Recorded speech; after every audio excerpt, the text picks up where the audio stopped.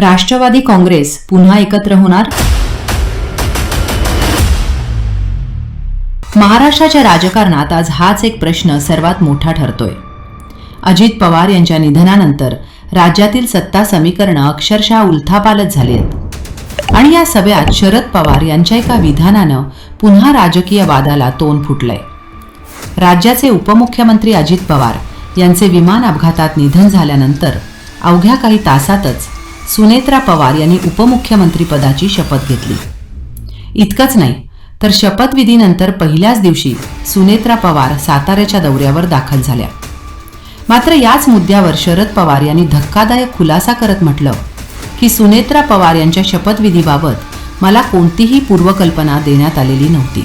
याच दरम्यान राष्ट्रवादी काँग्रेसच्या दोन्ही गटांच्या विलगीकरणाबाबत मोठा दावा करण्यात आला. 12 फेब्रुवारी 2026 रोजी राष्ट्रवादी काँग्रेसचे 2 स्वतंत्र पक्ष जाहीर होणार होते, असा दावा राष्ट्रवादी शरद पवार गटाकडून करण्यात आला. मात्र अजित पवार गटाच्या नेत्यांनी हे सर्व आरोप ठामपणे फेटाळून लावत अशी कोणतीही चर्चा झालीच नव्हती असं स्पष्ट केलं. या सगळ्या आरोप प्रत्यारोपांमध्ये शरद पवार यांनी पत्रकारांशी अनौपचारिक चर्चा करताना पुन्हा एक मोठा स्फोटक दावा केला. शरद पवार म्हणाले, या विलगीकरणाच्या बैठकीत जे लोक सहभागी नव्हते त्यांना या बैठकीबद्दल काय माहिती असणार? याआधीच शरद पवार यांनी सांगितलं होतं की या चर्चांमध्ये अजित पवार, सुप्रिया सुळे, जयंत पाटील आणि रोहित पवार सहभागी होते.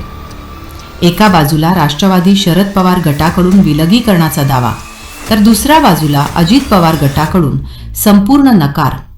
या परस्पर विरोधी भूमिकांमुळे आता सर्वात मोठा प्रश्न उपस्थित होतोय, राष्ट्रवादी काँग्रेस पुन्हा एकत्र येणार की कायमची फूट पडणार?